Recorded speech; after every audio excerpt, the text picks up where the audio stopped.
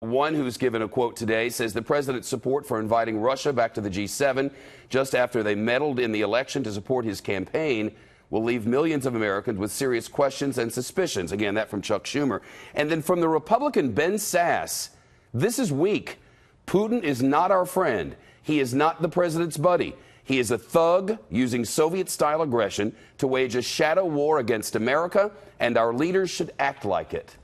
Does the president, is he aware of these matters?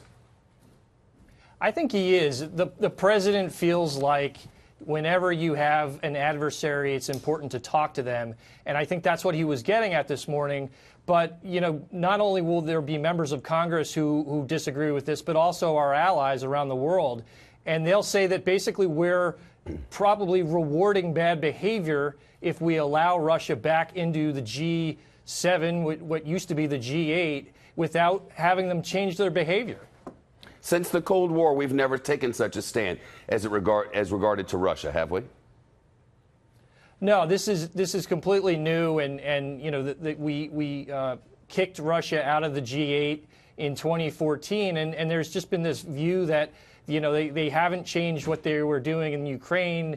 They've been very aggressive in Syria. We had this poisoning case in Great Britain. So the allies would say, why would you allow them to come back into this group when they clearly have been disruptive around the world? And they're widely believed responsible for shooting down a commercial airliner that left 298 people dead. There's a bit of a disconnect there. The bigger picture concern, as the Russians aren't coming back to the G7, they've already said they don't want to, but the bigger picture concern is that the United States finds itself isolated.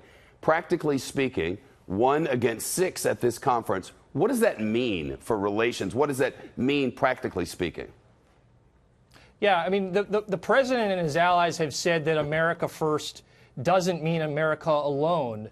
But that theory is going to be tested at this summit. It's possible that we could have, as Kevin mentioned, a communique come down that's only signed by 6 of the 7 countries, not by the United States.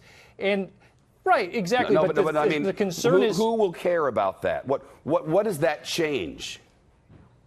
The concern is down the line when there's a crisis. Are your allies going to be with you or not? And there are a lot of people here in the States who are concerned that when you isolate yourself, when you slap on tariffs on allies under the guise of national security, that when you need help in a crisis down the road, those allies may not support you. Who's going to the president to ask him to change his ways on this matter? Anybody?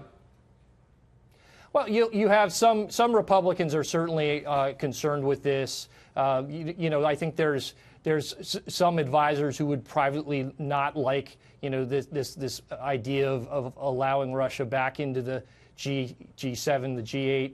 But privately, but largely, no one wants them back in except maybe Dana Rohrabacher, and it doesn't matter what he thinks. That's right. That's right. But there's the question is, I mean, I think the president sees this as an important venue to have an open discussion, to have all the important countries at the table, and I think that was the point he was making. But there are a lot of people who just say that we're not there yet. We should not allow Russia in. India's got a bigger economy. Why don't you invite India in there? All right. It's great to talk to you. Thank you. Hope you have a good weekend.